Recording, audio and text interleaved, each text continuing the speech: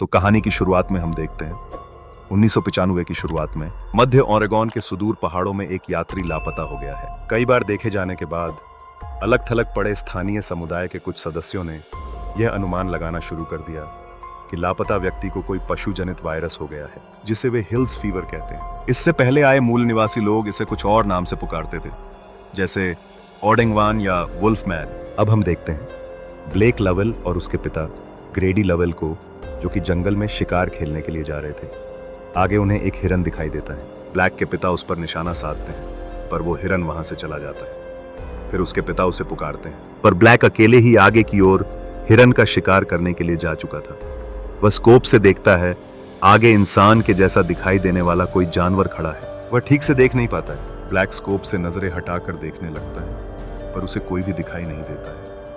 आसपास धीमी धीमी किसी जानवर की आवाजें सुनाई देती हैं। ब्लैक डरा हुआ पीछे की ओर जाने लगता है। एकाएक ब्लैक के पिता वहां पर पहुंच जाते हैं और ब्लैक को डांटने लगते हैं। ब्लैक के पिता को पता था कि यहाँ पर एक वुल्फ मैन रहता है, पर उन्हें यह पक्का पता नहीं था। अचानक से वहां पर किसी के गुर्राने की आवाज सुनाई देती है और दोनों जल्दी से एक शिकारी ट्री हाउस में जाकर छुप जाते हैं। कुछ समय तक एकदम सन्नाटा छा जाता है। फिर धीरे धीरे किसी के कदमों की आहट सुनाई देती है, जो कि निरंतर उनकी ओर बढ़ रही थी। अब ब्लैक के पिता को यकीन हो चुका था कि यह एक वुल्फ मैन ही है।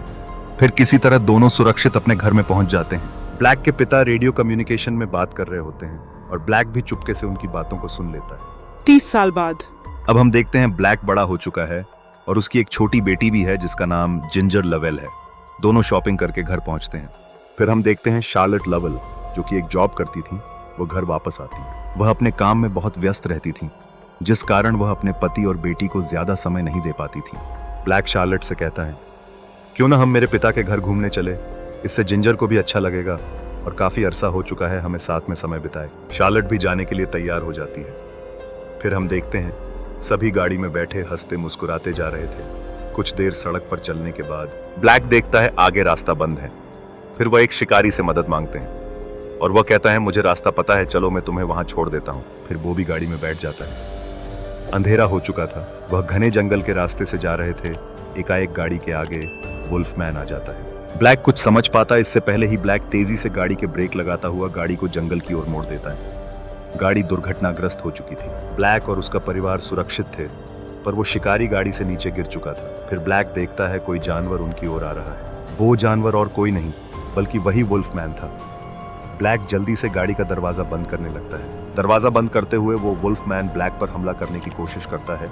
उसके एक पंजे से ब्लैक की बाजू में चोट लग जाती है। वुल्फ शिकारी को देख लेता है और उसे वहां से ले जाता है और उसे मार देता है। फिर किसी तरह ब्लैक और उसका परिवार वहां से भागते हुए अपने पुराने घर में आ जाते हैं। शार्लेट ब्लैक को देखती है। उसके बाजू में गहरी चोट लगने से बहुत खून बह रहा था। शार्लेट ब्लैक के बाजू में पट्टी बांध देती है। कुछ समय तक सब ठीक होता है, पर धीरे धीरे ब्लैक के शरीर पर उस वुल्फ का वायरस फैल रहा था। शार्लेट वहां पर पड़े उस पुराने कम्युनिकेशन रेडियो के द्वारा मदद मांगने की कोशिश करती है, पर वो रेडियो अब काम नहीं कर रहा था। शार्लेट पीछे मुड़कर देखती है। ब्लैक वहां पर खड़ा था, उसकी हालत बहुत खराब लग रही थी। शार्लेट उस वहां से ले जाती है। ब्लैक बेड पर लेटा हुआ था। उसके बाल झड़ रहे थे और उसके देखने और सुनने की क्षमता भी अब चेंज हो रही थी। शार्लेट ब्लैक के हाथ की ओर देखती है। उसके हाथ में खून निकल रहा था।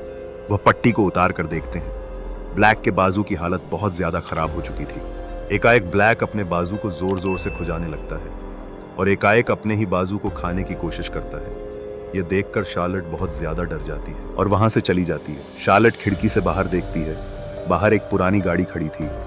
वह गाड़ी की चाबियां लेकर गाड़ी की तरफ जाते हैं और गाड़ी को स्टार्ट करने की कोशिश करते हैं। किसी तरह गाड़ी स्टार्ट होती है और तभी अचानक से आगे वही वुल्फ मैन आ जाता है और उन पर हमला कर देता है। किसी तरह सभी गाड़ी में से बाहर निकलकर एक ग्रीन हाउस के ऊपर चढ़ जाते हैं। वुल्फ मैन भी वहां पर आ जाता है और सब पर हमला करने की कोशिश करता है। ब्लैक इशारे से शार्लेट को कहता है, तुम घर की तरफ जाओ और मैं इसका ध्यान भटकाता हूँ। ब्लैक नीचे कूदकर वुल्फ का ध्यान अपनी ओर करता है। फिर शार्लेट और जिंजर घर की तरफ तेजी से भागते हैं। शार्लेट ब्लैक का इंतजार कर रही थी। एकाएक ब्लैक वहां पर आता है। शार्लेट ब्लैक को देख रही थी। उसकी हालत बहुत ज्यादा खराब हो चुकी थी। ब्लैक धीरे धीरे वुल्फ मैन बन रहा था। जिंजर उसके पास जाती है और ब्लैक को कुछ भी समझ नहीं आ रहा था। ब्लैक एकाएक उल्टी करने लगता है। उसके अंदर से एक इंसान की अंगुली निकलती है। ये देखकर शार्लेट और जिंजर बहुत ज्यादा डर जाते हैं। फिर एकदम से ब्लैक शार्लेट पर हमला करने के लिए आगे बढ़ता है। वह उसके पास जाकर रुक जाता है। फिर वह बाहर जाने लगता है। तभी अचानक से दूसरा वुल्फ वहां पर आ जाता है और ब्लैक पर हमला कर देता है। दोनों बुरी तरह से एक दूसरे से लड़ रहे थे। ब्लैक वुल्फमैन के गले पर जोर से काट देता है और वह वहीं मर जाता है। फिर ब्लैक उसके बाजू पर बने हुए टैटू को देखता है। उसे पता चल जाता है कि यही उसके पिता थे जो कि वुल्फमैन बन चुके थे। फिर ब्लैक वहां से चला जाता है। थोड़ी दूर जाने के बाद वह नीचे गिर जाता है। ब्लैक अब पूरी तरह से वुल्फमैन में परिवर्तित हो जाता है। फिर वह शार्लेट और जिंजर पर हमला कर देता है। शार्लेट और जिंजर किसी तरह बचते हुए एक फार्म हाउस के अंदर छुप जाते हैं। अंधेरा होने के कारण शार्लेट और जिंजर को कुछ ठीक से दिखाई नहीं दे रहा था, और ब्लैक जो कि अब पूरी तरह से वुल्फमैन बन चुका है, उसे सब दिखाई दे रहा था। वुल्फ हमला करने के लिए आगे बढ़ता है, पर शार्लेट ने नीचे एक ट्रैप लगाया था जिसमें वुल्फ फंस जाता है। फिर शार्लेट और जिंजर वहां से भाग जाते हैं और वहीं पहुंच जाते हैं जहां उनकी गाड़ी क्रैश हुई थी।